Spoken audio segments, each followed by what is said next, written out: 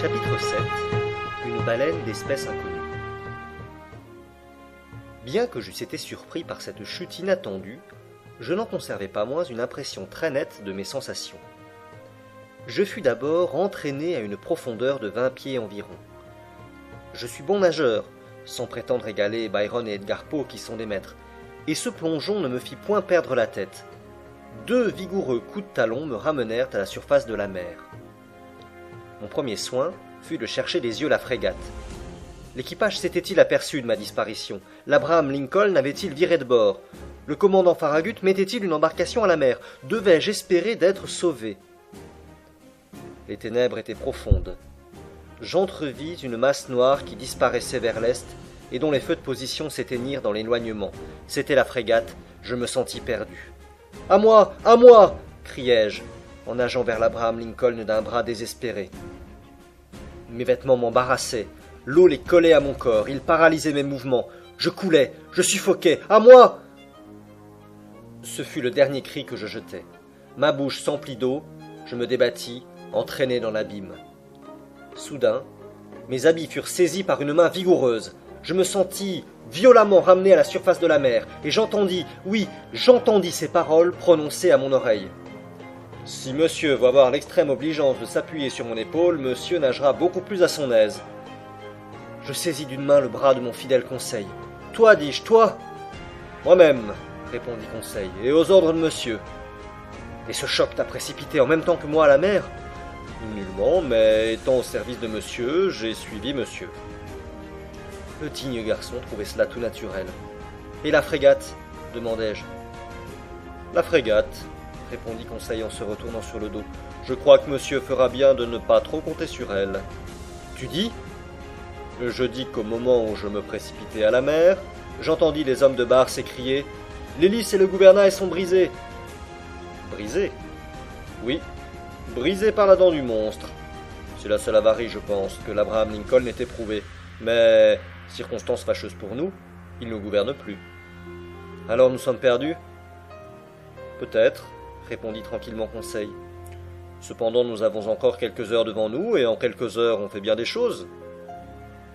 L'imperturbable sang-froid de Conseil me remonta. Je nageais plus vigoureusement, mais gêné par mes vêtements qui me serraient comme une chape de plomb, j'éprouvais une extrême difficulté à me soutenir. Conseil s'en aperçut. « Que monsieur me permette de lui faire une incision, » dit-il. Et glissant un couteau ouvert sous mes habits, il les fendit de haut en bas d'un coup rapide, puis il m'en débarrassa lestement, tandis que je nageais pour tous deux. À mon tour, je rendis le même service à Conseil et nous continuâmes de naviguer l'un près de l'autre. Cependant, la situation n'en était pas moins terrible. Peut-être notre disparition n'avait-elle pas été remarquée, et l'eût-elle été, la frégate ne pouvait revenir sous le vent à nous étant démontée de son gouvernail. Il ne fallait donc compter que sur ses embarcations. Conseil raisonna froidement dans cette hypothèse et fit son plan en conséquence. Étonnante nature, ce flegmatique garçon était là comme chez lui. Il fut donc décidé que notre seule chance de salut étant d'être recueillis par les embarcations de l'Abraham Lincoln, nous devions nous organiser de manière à les attendre le plus longtemps possible.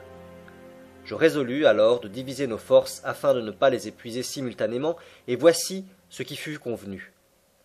Pendant que l'un de nous, étendu sur le dos, se tiendrait immobile, les bras croisés, les jambes allongées, l'autre nagerait et le pousserait en avant. Ce rôle de remorqueur ne devait pas durer plus de 10 minutes, et nous relayant ainsi, nous pouvions surnager pendant quelques heures et peut-être jusqu'au lever du jour. Faible chance, mais l'espoir est si fortement enraciné au cœur de l'homme. Puis nous étions deux. Enfin, je l'affirme, bien que cela paraisse improbable, si je cherchais à détruire en moi toute illusion, si je voulais désespérer, je ne le pouvais pas. La collision de la frégate et du cétacé s'était produite vers 11 heures du soir environ. Je comptais donc sur 8 heures de nage jusqu'au lever du soleil. Opération rigoureusement praticable en nous relayant. La mer, assez belle, nous fatiguait peu. Parfois, je cherchais à percer du regard ces épaisses ténèbres que rompait seule la phosphorescence provoquée par nos mouvements. Je regardais ces ondes lumineuses qui se brisaient sur ma main et dont la nappe miroitante se tachait de plaques livides. On eût dit que nous étions plongés dans un bain de mercure. Vers 1 heure du matin, je fus pris d'une extrême fatigue. Mes membres se raidirent sous l'étreinte de crampes violentes. Conseil dut me soutenir, et le soin de notre conservation reposa sur lui seul. J'entendis bientôt haleter le pauvre garçon. Sa respiration devint courte et pressée. Je compris qu'il ne pouvait résister longtemps. « Laisse-moi, lui dis-je. Abandonnez monsieur, jamais, répondit-il. Je compte bien me noyer avant lui. En ce moment, la lune apparut à travers les franges d'un gros nuage que le vent entraînait dans l'est. La surface de la mer étincela sous ses rayons. Cette bienfaisante lumière ranima nos forces. Ma tête se redressa. Mes regards se portèrent à tous les points de l'horizon. J'aperçus la frégate. Elle était à 5000 de nous et ne formait plus qu'une masse sombre, à peine appréciable. Mais d'embarcation, point. Je voulus crier. À quoi bon à pareille distance? Mes lèvres gonflées ne laissèrent passer aucun son. Conseil put articuler quelques mots, et je l'entendis répéter à plusieurs reprises « À nous! À nous !» Nos mouvements un instant suspendus, nous écoutâmes. Et fut-ce un de ces bourdonnements dont le sang oppressé emplit l'oreille, mais il me sembla qu'un cri répondait au cri de Conseil. « As-tu entendu » murmurai-je. « Oui, oui !» Et Conseil jeta dans l'espace un nouvel appel désespéré. Cette fois, pas d'erreur possible. Une voix humaine répondait à la nôtre. Était-ce la voix de quelque infortuné abandonné au milieu de l'océan, quelque autre victime du choc éprouvé par le navire? Ou plutôt, une embarcation de la frégate ne nous hélait-elle pas dans l'ombre? Conseil fit un suprême effort et s'appuyant sur mon épaule, tandis que je résistais dans une dernière convulsion, il se dressa à demi hors de l'eau et retomba épuisé. « Qu'as-tu vu ?»« J'ai vu, » murmura-t-il, « j'ai vu... » Mais ne parlons pas, gardons toutes nos forces. Qu'avait-il vu? Alors, je ne sais pourquoi, la pensée du monstre me vint pour la première fois à l'esprit. Mais cette voix cependant, les temps ne sont plus où les Jonas se réfugient dans le ventre des baleines. Pourtant, Conseil me remorquait encore. Il relevait parfois la tête, regardait devant lui et jetait un cri de reconnaissance auquel répondait une voix de plus en plus rapprochée. Je l'entendais à peine. Mes forces étaient à bout. Mes doigts s'écartaient. Ma main ne me fournissait plus un point d'appui. Ma bouche, convulsivement ouverte, s'emplissait d'eau salée. Le froid m'envahissait. Je relevai la tête une dernière fois, puis je m'abîmais. En cet instant, un corps dur me heurta. Je m'y cramponnai. Puis je sentis qu'on me retirait, qu'on me ramenait à la surface de l'eau, que ma poitrine se dégonflait, et je m'évanouis. Il est certain que je revins promptement à moi, grâce à de vigoureuses frictions qui me sillonnèrent le corps. J'entr'ouvris les yeux. « Conseil » murmurai-je. « Monsieur m'a sonné » répondit Conseil. En ce moment, aux dernières clartés de la lune qui s'abaissait vers l'horizon, j'aperçus une figure qui n'était pas celle de Conseil et que je reconnus aussitôt. « Ned » m'écriai-je. « En personne, monsieur, et qui court après sa prime » répondit le Canadien. « Vous avez précipité à la mer au choc de la frégate ?»« Oui, monsieur le professeur, mais plus favorisé que vous. J'ai pu prendre pied presque immédiatement sur un îlot flottant. »« Un îlot ?»« Ou, pour mieux dire, sur notre narval gigantesque. »« Expliquez-vous, Ned. » Seulement, j'ai bientôt compris pourquoi mon harpon n'avait pu l'entamer et s'était émoussé sur sa peau. « Pourquoi, Ned, pourquoi ?»« C'est que cette bête-là, monsieur le professeur, est faite en tôle d'acier. » Il faut ici que je reprenne mes esprits, que je revivifie mes souvenirs, que je contrôle moi-même mes assertions. Les dernières paroles du Canadien avaient produit un revirement subit dans mon cerveau. Je me hissai rapidement au sommet de l'être ou de l'objet à demi immergé qui nous servait de refuge. Je l'éprouvai du pied. C'était évidemment un corps dur, impénétrable, et non pas cette substance molle qui forme la masse des grands mammifères marins. Mais ce corps dur pouvait être une carapace osseuse, semblable à celle des animaux antédiluviens, et j'en serais quitte pour classer le monstre parmi les reptiles amphibies tels que les tortues ou les alligators. Eh bien, non. Le dos noirâtre qui me supportait était lisse, poli, non imbriqué. Il rendait au choc une sonorité métallique, et si incroyable que cela fût, il semblait, que dis-je, il était fait de plaques boulonnées. Le doute n'était pas possible. L'animal, le monstre, le phénomène naturel qui avait intrigué le monde savant tout entier, bouleversé et fourvoyé l'imagination des marins des deux hémisphères, il fallait bien le reconnaître, c'était un phénomène plus étonnant encore, un phénomène de main d'homme. La découverte de l'existence de l'être le plus fabuleux, le plus mythologique, n'eût pas au même degré surpris ma raison. Que ce qui est prodigieux vienne du Créateur, c'est tout simple. Mais trouver tout à coup, sous ses yeux, l'impossible mystérieusement et humainement réalisé, c'était à confondre l'esprit. Il n'y avait pas à hésiter cependant. Nous étions étendus sur le dos d'une sorte de bateau sous-marin qui présentait, autant que j'en pouvais juger, la forme d'un immense poisson d'acier.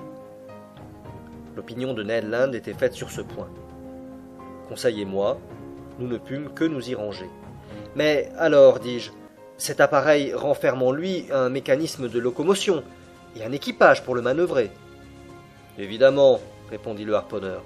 « Et néanmoins, depuis 3 heures que j'habite cette île flottante, elle n'a pas donné signe de vie. »« Ce bateau n'a pas marché ?»« Non, monsieur Aronnax, il se laisse bercer au gré des lames, mais il ne bouge pas. »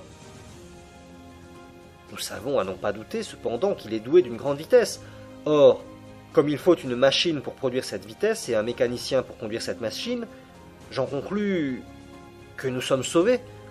« Ah !» fit Ned Land d'un ton réservé. En ce moment, et comme pour donner raison à mon argumentation, un bouillonnement se fit à l'arrière de cet étrange appareil, dont le propulseur était évidemment une hélice, et il se mit en mouvement. Nous n'eûmes que le temps de nous accrocher à sa partie supérieure qui émergeait de 80 cm environ. Très heureusement, sa vitesse n'était pas excessive.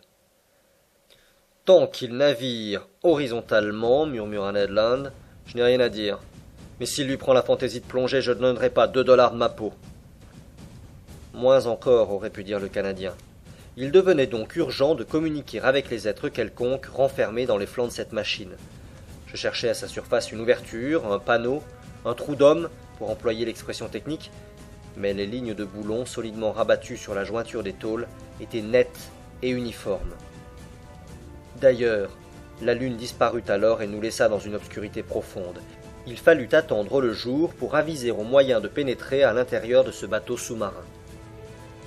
Ainsi donc, notre salut dépendait uniquement du caprice des mystérieux timoniers qui dirigeaient cet appareil, et s'ils plongeaient, nous étions perdus.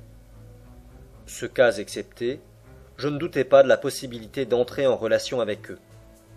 Et en effet, s'ils ne faisaient pas eux-mêmes leur air, il fallait nécessairement qu'ils revinssent de temps en temps à la surface de l'océan pour renouveler leurs provisions de molécules respirables. Donc, nécessité d'une ouverture qui mettait l'intérieur du bateau en communication avec l'atmosphère. Quant à l'espoir d'être sauvé par le commandant Farragut, il fallait y renoncer complètement. Nous étions entraînés vers l'ouest, et j'estimais que notre vitesse relativement modérée atteignait 12 000 à l'heure. L'hélice battait les flots avec une régularité mathématique, émergeant quelquefois et faisant jaillir l'eau phosphorescente à une grande hauteur. Vers 4 heures du matin, la rapidité de l'appareil s'accrut.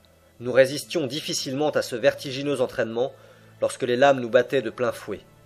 Heureusement, Ned rencontra sous sa main un large organeau fixé à la partie supérieure du dos de tôle et nous parvînmes à nous y accrocher solidement. Enfin, cette longue nuit s'écoula. Mon souvenir incomplet ne permet pas d'en retracer toutes les impressions. Un seul détail me revient à l'esprit. Pendant certaines accalmies de la mer et du vent, je crus entendre plusieurs fois des sons vagues, une sorte d'harmonie fugitive produite par des accords lointains. Quel était donc le mystère de cette navigation sous-marine dont le monde entier cherchait vainement l'explication? Quels êtres vivaient dans cet étrange bateau? Quel agent mécanique lui permettait de se déplacer avec une si prodigieuse vitesse? Le jour parut. Les brumes du matin nous enveloppaient, mais elles ne tardèrent pas à se déchirer. J'allais procéder à un examen attentif de la coque qui formait à sa partie supérieure une sorte de plateforme horizontale, quand je la sentis s'enfoncer peu à peu. « Hé, mille diables !» s'écria Ned Land, frappant du pied la tôle sonore. « Ouvrez donc, navigateur peu hospitalier !» Mais il était difficile de se faire entendre au milieu des battements assourdissants de l'hélice. Heureusement, le mouvement d'immersion s'arrêta. Soudain, un bruit de ferrure violemment poussée se produisit à l'intérieur du bateau. Une plaque se souleva, un homme parut, jeta un cri bizarre et disparut aussitôt. Quelques instants après, 8 solides gaillards, le visage voilé, apparaissaient silencieusement et nous entraînaient dans leur formidable machine.